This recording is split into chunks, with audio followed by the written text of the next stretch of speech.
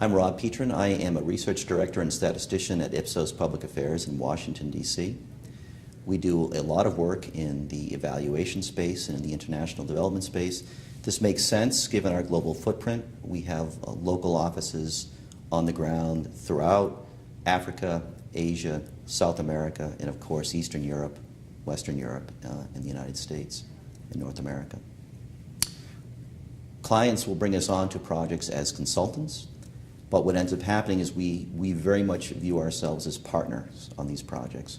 We're an intellectually curious group, and so we strive to understand the phenomena right alongside the client. One of the principles, one of the things that we like to stress in working with clients on designing and carrying out evaluation projects is the idea that they should begin with the end in mind.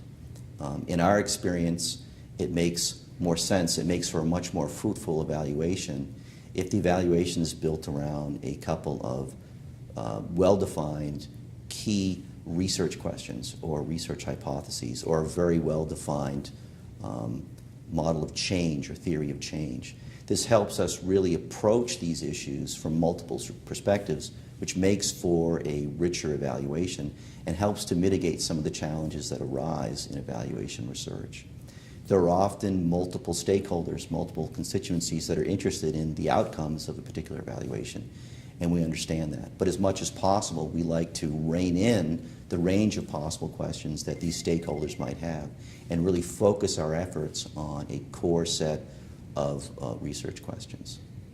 One of the things that we found in our practice, in our evaluation practice, is that this process of working with client teams to design and analyze and understand evaluations really is a learning process, obviously for us in trying to provide service to our clients, but also for the client teams as well. This process requires them to step outside of their own groups and explain their thinking, their sense of the logic model or the theory of change to someone outside their own group. One of the things that we've come to understand in our evaluation practice is that local knowledge is key. What does this mean? There's a lot of ways that local knowledge, having a presence on the ground in the countries and communities where we want to work, is very, very important to performing a high-quality evaluation. Oftentimes, clients will come to us.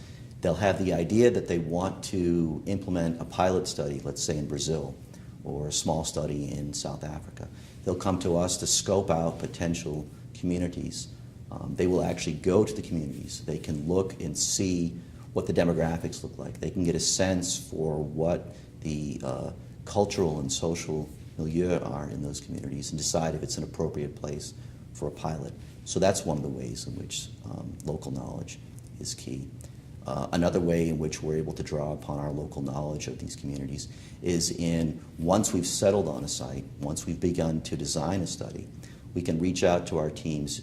Do we have a clear sense of what we might expect change to look like in these communities?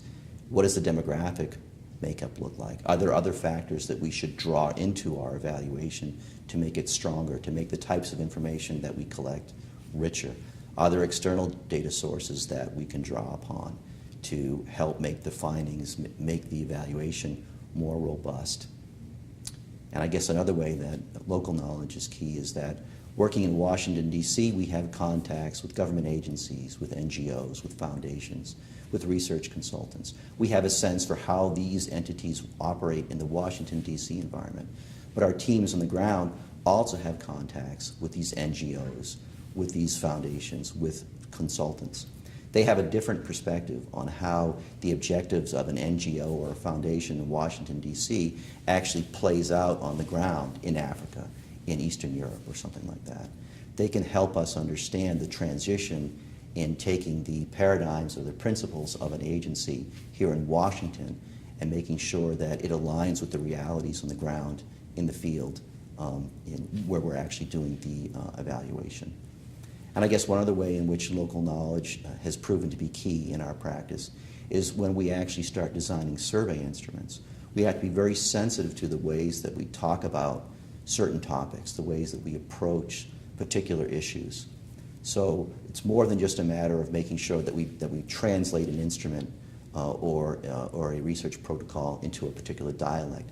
Do we really understand the most effective way to speak to people in these communities to gather high-quality information on their experiences?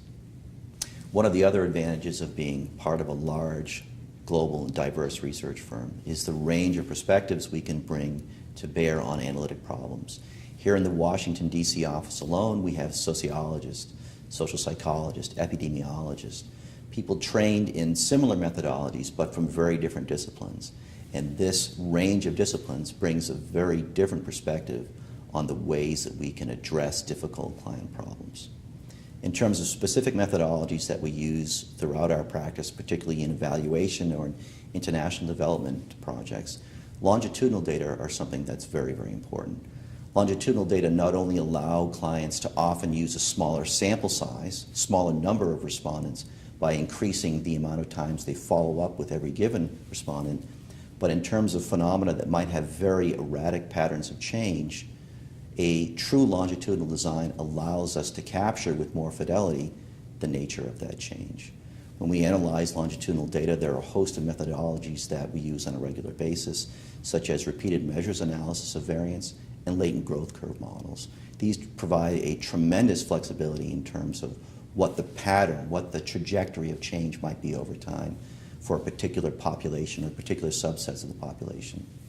Another type of longitudinal data that clients are generally not aware of is time-to-event data. Time-to-event data arise in studies where we're tracking how long until a particular event occurs, or how long until respondents in a sample each meet a certain threshold. So an example might be you could follow a cohort of high school students from the time that they enter high school and track how long it takes for them either to graduate or how long before they drop out. Those are time-to-event data. And those are analyzed with specialized series of models such as Cox proportional hazard models, more advanced hazard models, or generalized additive models. Another issue that comes up increasingly in client work is the issue of causality.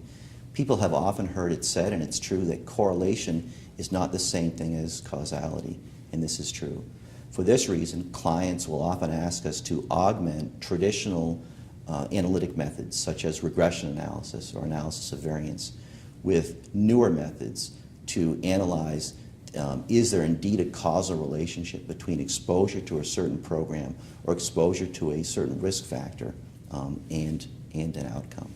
So among the causal methods that we use here in the Washington office are propensity score matching, Heckman models. We also make use of specialized weighting estimators and special types of regression models. Another fact of life in evaluation research and in social research in general are missing data. We tend to think of missing data arising from two sources, one we call unit non-response and one we call item non-response. Unit non-response can occur when a person is lost over the course of a longitudinal evaluation.